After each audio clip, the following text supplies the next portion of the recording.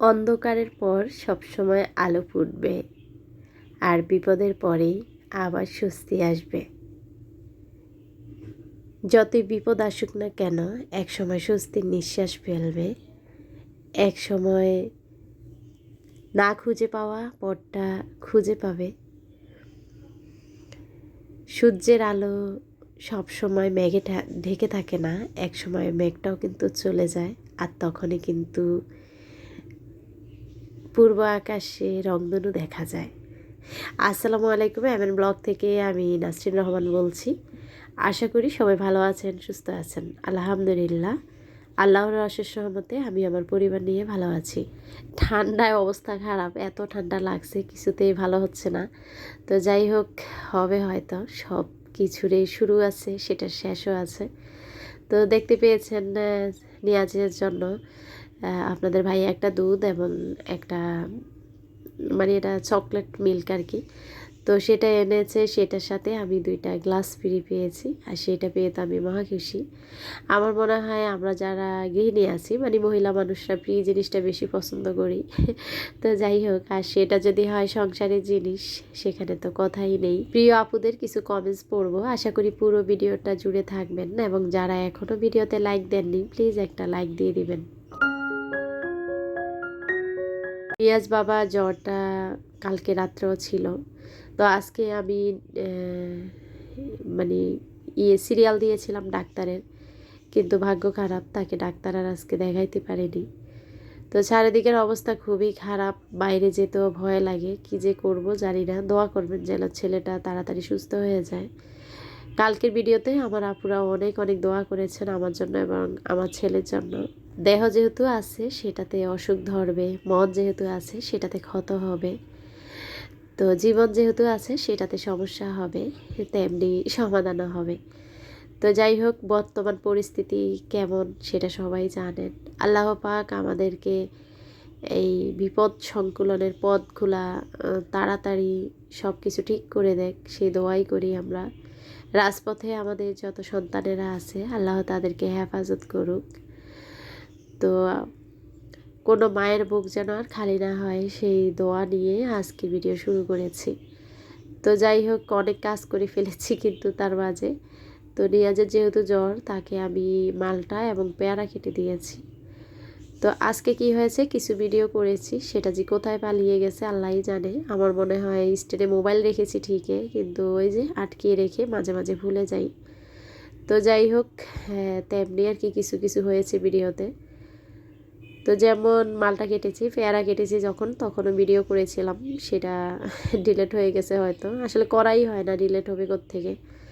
তারপর এখানে আমি স্যুপ নুডলস রান্না করেছি রিয়াজকে খাওয়ানোর জন্য।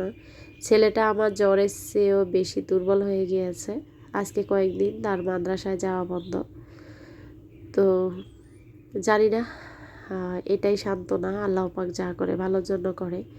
তো এই যে সাদা সিরামিকের যে ছোট ট্রে, ছোট ছোট বাটি, ছোট ডিশ, সেগুলো আমার খুবই পছন্দ। তা আমার একজন আপুর পছন্দ মানে প্রশ্ন ছিল, আপু এগুলা কোথা থেকে কিনেছ? এগুলা কিনেছিলাম আমি মেরাদিয়া হাট থেকে। আর আপু মেরাদিয়া হাটে এগুলা কিন্তু খুবই রিজনেবল প্রাইসে পাওয়া যায়। অনলাইনে কিন্তু অনেক দাম বেশি, যে জিনিসটার দাম এইভাবে মেরাদিয়া হাটে আমি 100 টাকা দিয়ে কিনি, সেটা কিন্তু অনলাইনে প্রায় 200 টাকাও বেশি। এই যে নিয়াজের সামনে ছোট ট্রেটা, সেটা মাত্র 100 টাকা দিয়ে কিনেছিলাম আমি। তো যাই হোক, নিয়াজকে আমি স্যুপ নুডলস দিয়ে এসেছি।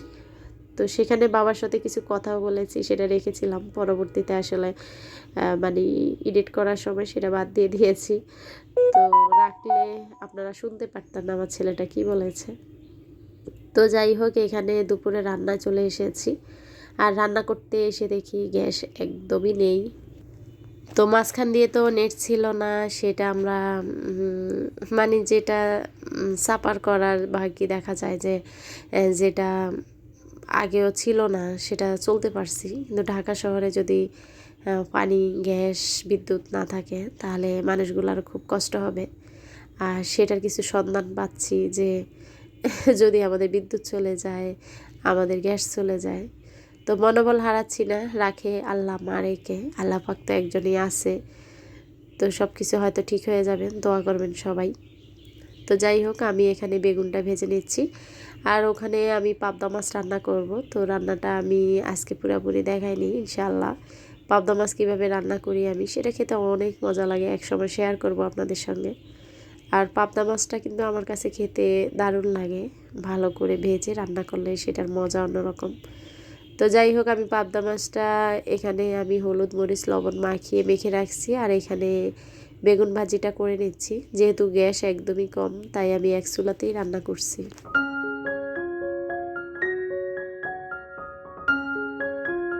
যাই হোক, চুলায় যেহেতু গ্যাস কম, তার জন্য আমি এই তো চুলাতে বেগুন ভাজাটা দিয়ে এসেছি। একটু পরপর যে হয়তো নাড়া দিয়ে আসতে হবে।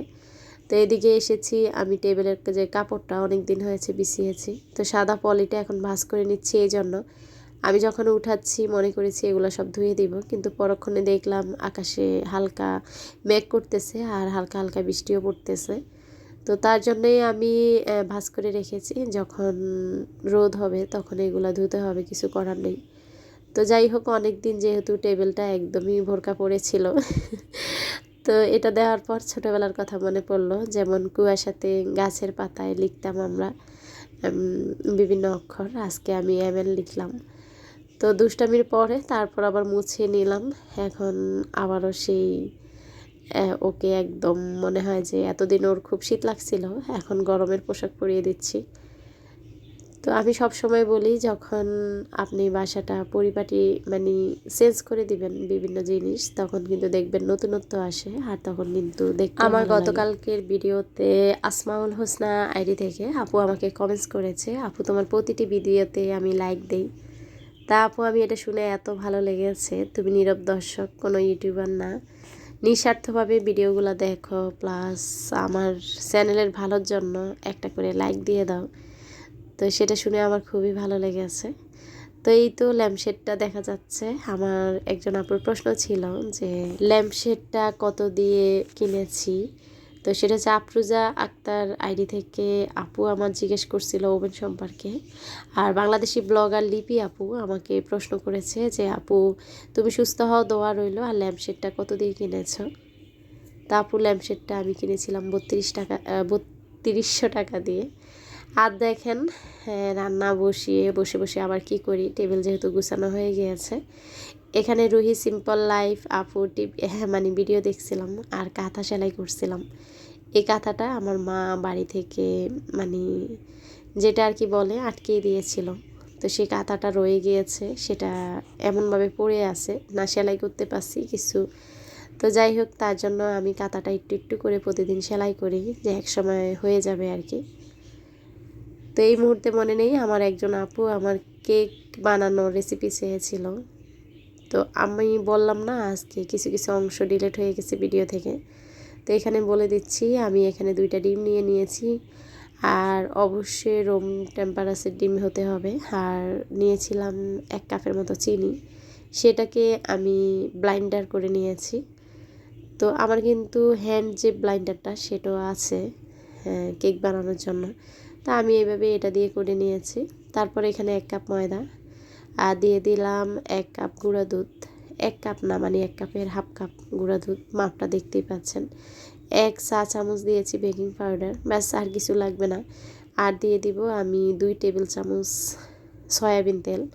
তো চাইলে কিন্তু আপনারা তেলটা স্কিপ করতে পারেন। এই যে এখানে 2 টেবিল চামচের মতো সয়াবিন তেল দিয়েছি।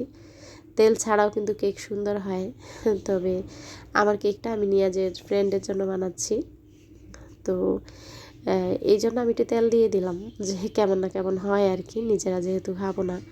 তো যাই হোক, আমি কিন্তু এই যে বললাম কেকটা পুরোপুরি মানে ভিডিও করছিলাম, কিন্তু আসলে মোবাইল অন করতে ভুলে গিয়েছি, তাই পুরোপুরি দেখাতে পারলাম না। তবে ডোটা তো দেখিয়েছি, ইনশাল্লাহ পরবর্তীতে যখন আবার কেক বানাবো তখন অবশ্যই শেয়ার করব। এই তো আমি মাইক্রোওভেনে কেক বানাচ্ছি, আর সেটা কিভাবে আমি সুইচ মানে মাইক্রোওভেনে ইউজ করি আর কি।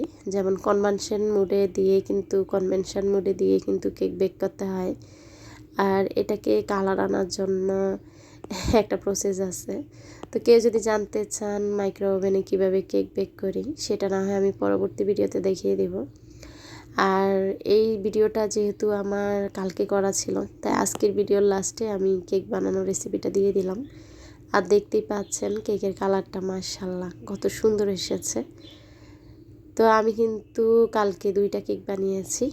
এটা ছিল আমাদের নিজের খাওয়ার জন্য, আর একটা বানিয়েছি নিয়াজের ফ্রেন্ডের জন্য। তো যে কেকটা আমি নিয়াজের ফ্রেন্ডের জন্য বানিয়েছি সেটা আসলে এত তাড়াহুড়া করে বানিয়েছি, উপরে কালারটা ভালো আসেনি, তবে কেক খেতে অনেক মজা হয়েছিল। তো এই যে বললাম পুরোপুরি ভিডিও স্কিপ হয়ে গিয়েছে, বাকি মোবাইল অন করতে ভুলে গিয়েছি, তার জন্য আমি কিছু ছবি রেখে দিয়েছি এই যে। তো আল্লাহ হাফিজ, আসসালামু আলাইকুম।